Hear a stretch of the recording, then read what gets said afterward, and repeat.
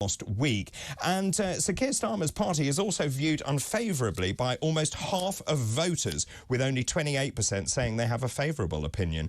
And the research placed Reform UK in second place amongst favourability, beating the Greens, the Tories and the Lib Dems. 27% said they had a favourable opinion of Nigel Farage's party, 46% had an unfavourable view, and 24% viewed the Tories favourably. Well, joining me now is Martin Abrams, Labour councillor for Lambeth. Good afternoon to you. Good afternoon, David. 127 days of lies, more lies, and they continue. Well, David, let's be clear. So after 127 days, Labour have clearly got their work cut out after 14 years of Tory rule and austerity that has absolutely devastated the country. We've just heard today that more than 1 in 3 children and a quarter of adults are now living in poverty as deprivation levels rise to the highest levels that have been seen in the 21st century. So to turn that around in 127 days is a near impossible task. So can I just ask you, if you increase employers' national insurance, which means that those companies are going to cut back and people lose their jobs, how is that going to change poverty for people in this country? Well, that is a very relevant question. Personally, I believe that Labour should be redistributing wealth. We've seen huge inequality. The richest 350 people in this country have the same wealth as the GDP of Poland, and as I've just highlighted, you know, children are being cast into poverty. I don't think tinkering with national insurance charges is in any way going to make our country a more equal and a better place. So they shouldn't have done it? Well, personally, they should be looking at things like wealth taxes. So you think they shouldn't have done that?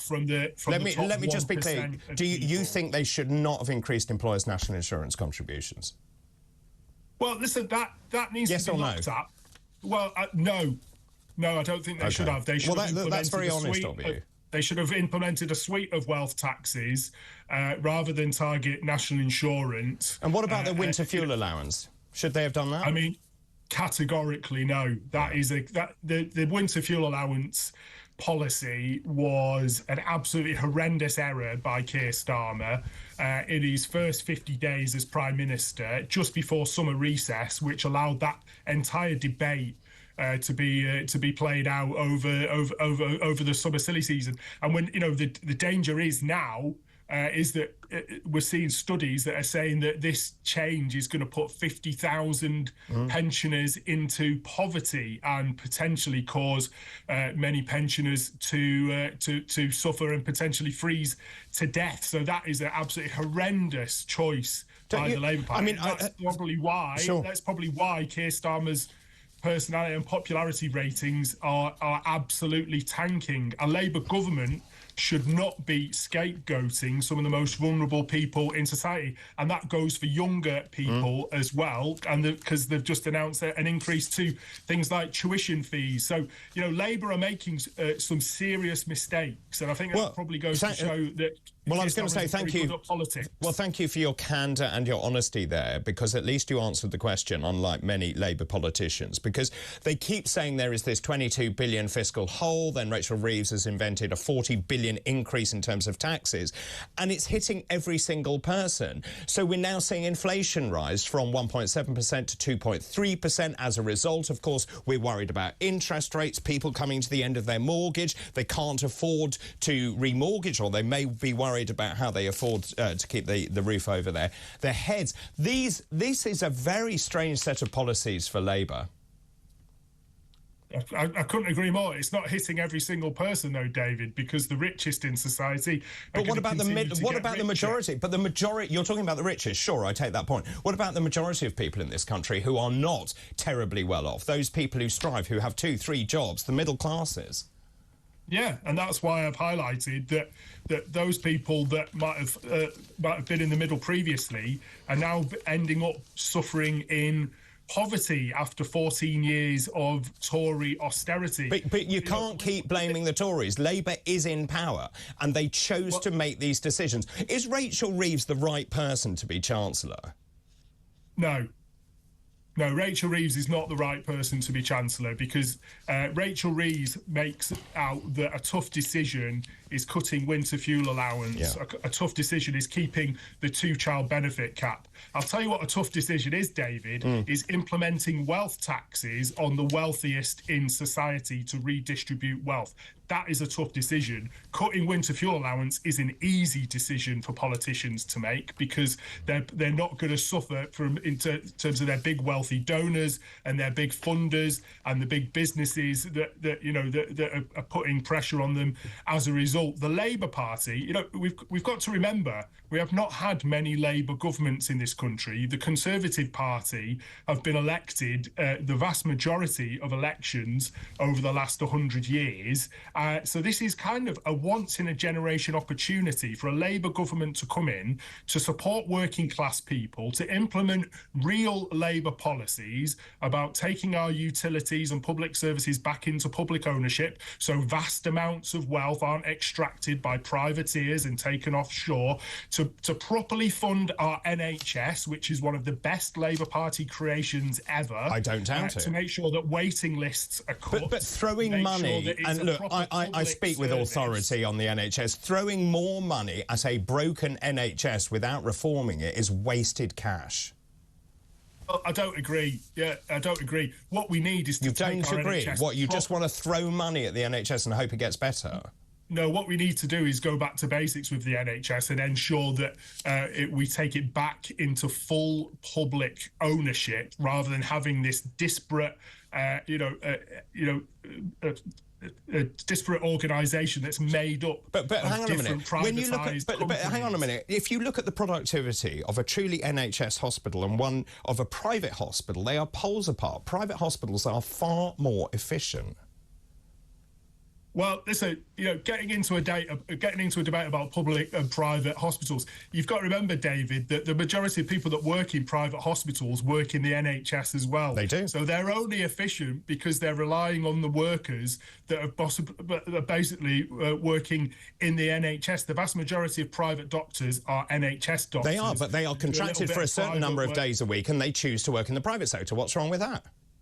Well, that's because you end up with a two-tier health system where the richest can get seen immediately and the poorest end up on waiting lists. OK, so the NHS is... I do just want to move on and talk about another thing. The Labour came to power promising to sort out the migrants, the immigration situation in this country. Of course, they closed the Bibi Stockholm. They said they would get rid of all the hotels. They've actually opened more hotels since they've been in power. They have not got on top of the migration problem. Well, I know migration is one of your favourite topics on... Well, I think it's actually something... TV. But I think it's something on everyone's mind across the country. Well, actually, it doesn't appear in often the top 5 priorities for members of the public, but the media, like yourselves, 4 million quid. 4 million quid a day we're spending. 4 million quid. David, let me just finish this, because I think... Scapegoating migrants, which the Labour Party under KEIR Starmer continues to do, comes straight from the Conservative Party playbook, and that should never be an option. Hang on a minute. What do you mean scapegoating? What we want is for those people who do deserve asylum to be allowed to stay in this country, but actually we cannot have people coming here on boats who are economic migrants.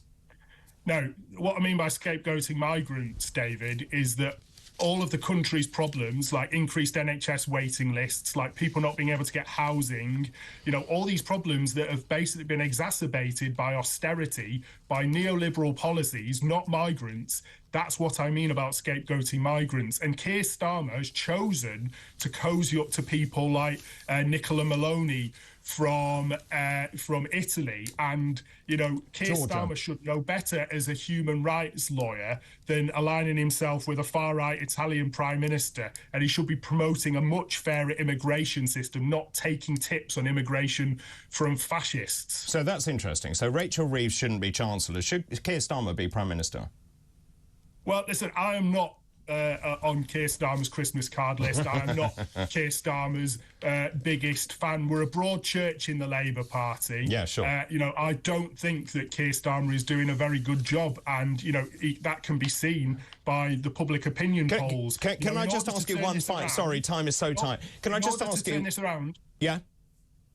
Keir Starmer needs to really champion policies that will make a material difference to people's lives, put more money in people's pockets, radically improve public services, radically improve things like housing so that people can live in dignity, and make sure that our society is one where wealth is distributed so that we all have an equal shot. Society. We talk about housing. There's another story in the Daily Mail today saying Angela Rayner's building blitz plan to build 1.5 million homes will be more difficult than we expected. Also, just very quickly, if I may, did the government choose the wrong fight by attacking farmers? Well, listen, it is an interesting fight to take, but I think there's been a lot of noise around this, and a lot of people who've been complaining loudest about changes to the inheritance tax rules are extremely large landowners. People like Jeremy Clarkson, who owns a 1,000-acre farm, who previously admitted that he bought that farm to avoid inheritance tax. But that actually is not a big farm. People like the Duchess of Rutland, who owns thousands and thousands of acres. Hang on a minute, 30% of farms made a loss in 2023-24, 25% made profits under 25,000. Many of my friends are farmers. It's really tough. You don't make a lot of money. You are asset rich and you're cash poor. Well, 100%, and I think the Labour Party possibly does need to look again about impacting farms with a certain number of acres. I think there's a lot of farms that the average farm size is about 200 acres, and that's why I pointed out that the biggest landowners are the ones that are shouting loudest about it, because they obviously are quite worried that they're going to get hit with a big inheritance tax bill. So I think Labour probably do need to look at protecting farmers with smaller land ownership in terms of assets, and making sure that the richest, those with the broadest shoulders, do pay their fair share. But I'll go back again to what I mentioned at the beginning of the interview, David. There needs to be a suite of wealth taxes. We live in a very unequal society, and those with the broadest shoulders should be paying the most. Really good to talk to you. Thank you very much indeed for your honesty as well. That's Martin Abrams, Labour councillor for Lambeth. Lots of you getting in touch about that interview with Martin. Wow, says Brian, a politician actually answering a question and being honest. Well done to Martin Abrams. What he needs to know now, or what he needs to do now, is to initiate a vote of no confidence in this appalling government, which he's clearly not in tune with. Keep all of these messages coming in. I'll do one more quick one. This is Helen in Brum. Good afternoon to you. Great to hear a Labour person admit they are wrong, but he still doesn't understand. Whilst the migrants have heat, I can only afford to have the heating on for 1 hour every 4 days, so I can have a shower. I sit with 3 blankets and 2 hot water bottles. Why did I work and pay tax for 43 years? This government hates OAPs. Helen, I am desperately sorry, I really am. And I really hope that people in the Labour Party listen to messages like that from you. I think it was completely the wrong fight, and I think they are starting to wake up to the idea that it is a very bad look indeed. Let's take a break. After the break, I'll take your calls, your thoughts and your messages. This is Talk.